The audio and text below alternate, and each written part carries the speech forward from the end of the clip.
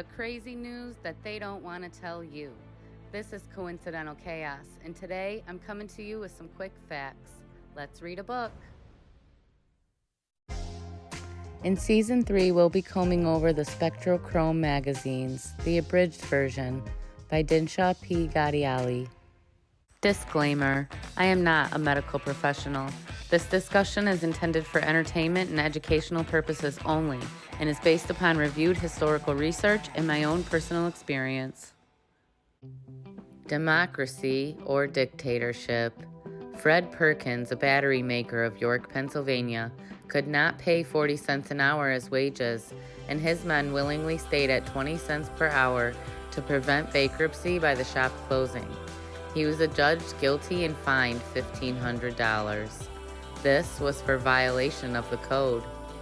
Codes made by pressure of the federal government power are autocratic and unconstitutional. Who will bring back our beloved democracy and remove the autocratic dictatorship?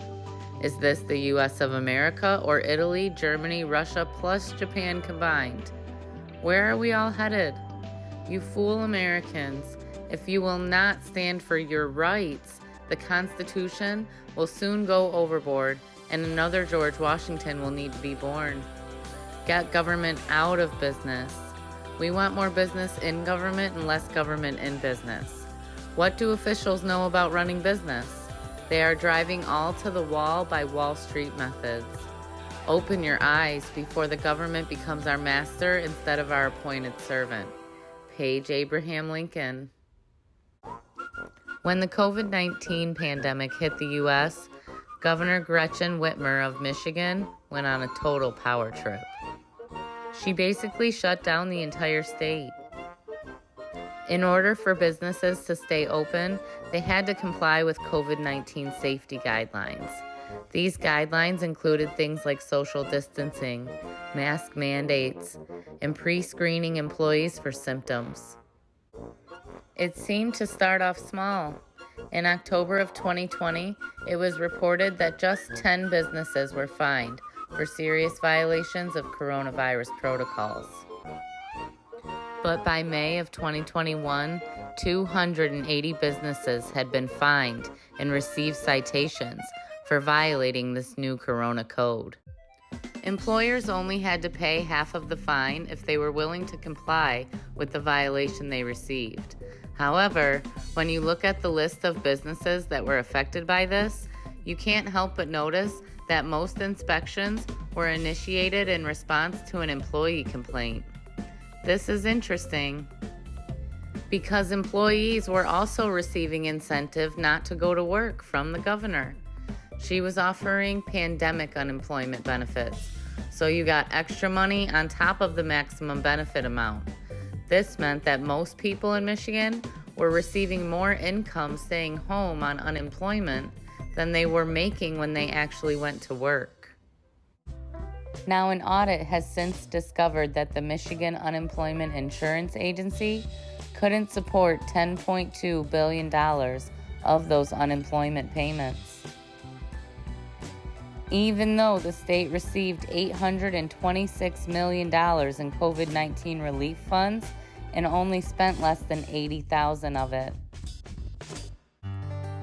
Even though Governor Whitmer's executive orders were deemed unconstitutional by the state Supreme Court, the businesses that were fined were still expected to pay up unless the emergency order addressed COVID-19, if they had no prior violations, and if they made an effort to correct the violation. But why should they have made an effort to correct a violation that was deemed unconstitutional in an executive order?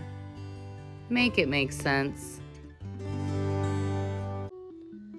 And out of that whole list of 280 businesses, only one says that the inspection was initiated as part of the COVID-19 Retail State Emphasis Program, and it was a Speedway.